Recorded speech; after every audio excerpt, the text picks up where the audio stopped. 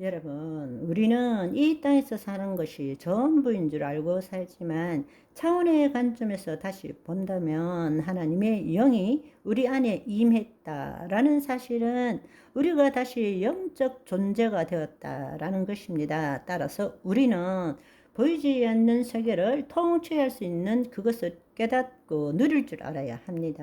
아멘.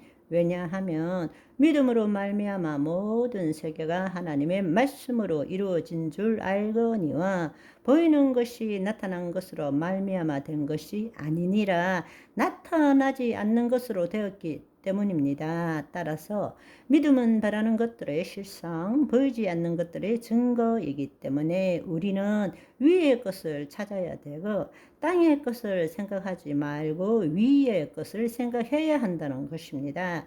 따라서 우리가 차원적인 관점으로 생각할 때에 주 기도문 안에는 너무나 놀라운 하나님 나라 복음의 핵심이 들어있다라는 것입니다.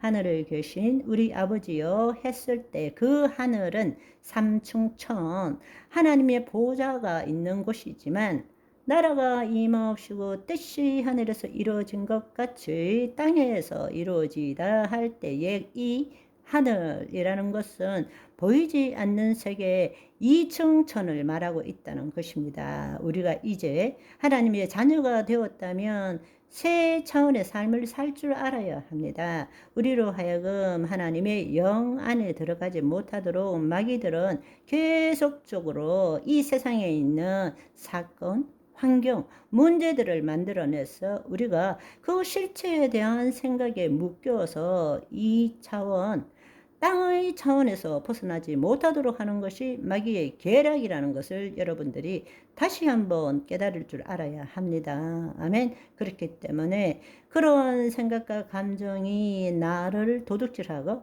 나를 두렵게 하고 죄책감이 느껴질 때라도 그것은 실제도 아니고 진리도 아니고 힘도 없고 나도 아니라는 것을 깨닫고 자기를 부인하고 자기 십자가를 지고 그리스도 안으로 들어가야 한다는 것입니다.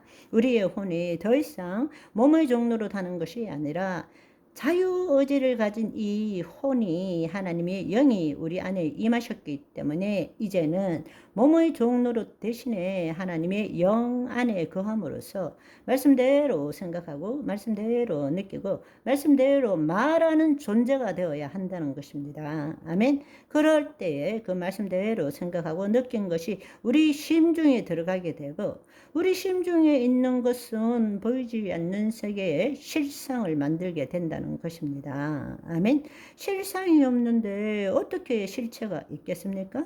그렇지만 마귀는 우리에게 실상을 보게 하는 것이 아니라 늘 눈에 보이는 오감으로 감각할 수 있는 실체에 묶인 삶을 살도록 한다는 것입니다. 뭐가 부족했어, 뭐가 없었어, 뭐 때문에 늘 불안하고 두렵고 염려, 걱정하는 삶을 살고 있다라는 것입니다. 그러나 하나님이 말씀하시는 것은 어떻게 실상이 없는데 그 실체가 바뀔 수 있겠느냐? 거기에 묶인 것이 아니라 하나님의 말씀대로 이루어진 것을 붙들어라 말씀을 하신다는 말입니다. 그게 바로 우리의 거짓자의 믿음이 아니라 예수 그리스도 안에 있는 믿음, 자기를 포기한 믿음이란 말이에요. 아멘. 오늘도 자기를 포기하는 믿음을 가지시기를 소망합니다. 내 생각에는, 내 느낌에는, 내 경험에는 그것을 가진 믿음은 아무것도 아니라는 이야기예요. 그건 실체에 묶여있는 믿음인 것입니다. 말씀에 내 생각도, 내 감정도, 내 의지도 일치시키는 것은 나를 포기한다는 뜻입니다. 그것이 예수 그리스도 안에 있는 믿음이라는 것입니다. 아멘. 깨어나시기를 소망합니다. 더 이상 마귀의 계략에 속지 않기를 소망합니다. 아멘.